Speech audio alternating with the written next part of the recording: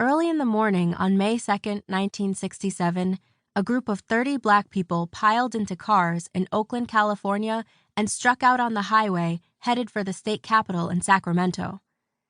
The group was made up of 24 men and 6 women. Among them were members of the Black Panther Party for self-defense, other community residents, and the family members of Denzel Dowell, a young Black man who had been shot and killed by police officers about a month earlier. The trunks of the cars were filled with pistols, shotguns, and semi-automatic weapons. Everyone was nervous, but the 80-mile drive from Oakland to Sacramento gave them plenty of time to think and to remember why they were going to the Capitol, because they did not want what happened to Denzel Dowell to happen to anyone else. Denzel was a Black teen accused of robbing a local liquor store.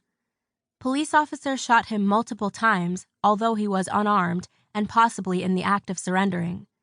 Then they left him to die without even calling an ambulance. It wasn't the first time that area police had shot a Black suspect in questionable circumstances. Police officers rarely gave Black citizens the benefit of the doubt. Far beyond Oakland, throughout the nation, Black Americans struggled with similar issues. An entire movement for civil rights was underway, one goal of which was to protect Black people from race-based violence.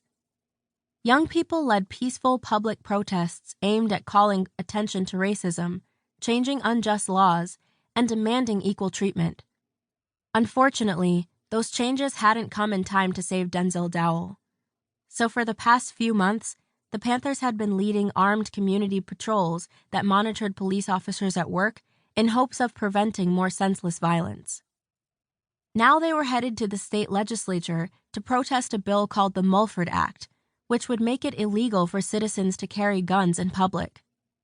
This piece of legislation had been introduced specifically to prevent the Panthers from carrying the weapons they used to protect citizens from such police brutality.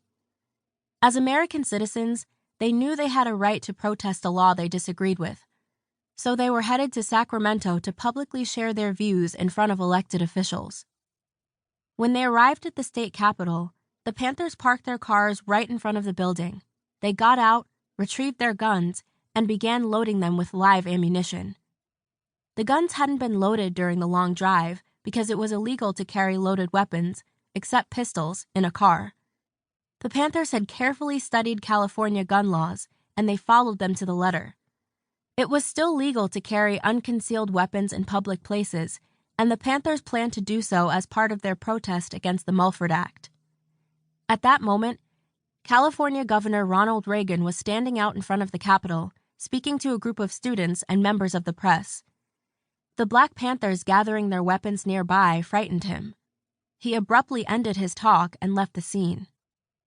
The journalists turned around to see what had startled the governor and saw a fresh story coming at them. They turned their microphones and cameras toward the Panthers, capturing their approach on the Capitol. The chairman of the Black Panther Party, Bobby Seale, led the way up the courthouse steps. He had a .45 caliber pistol holstered at his hip. Right behind him, toting a 12-gauge shotgun, was 16-year-old Lil Bobby Hutton, the youngest Panther. The Panthers knew they might be arrested, even though they were not breaking the law. They knew that police or security guards in the Capitol might even shoot at them. They were prepared to shoot back if they had to. They were willing to go to jail if they had to. But no matter what happened, they intended to deliver their message.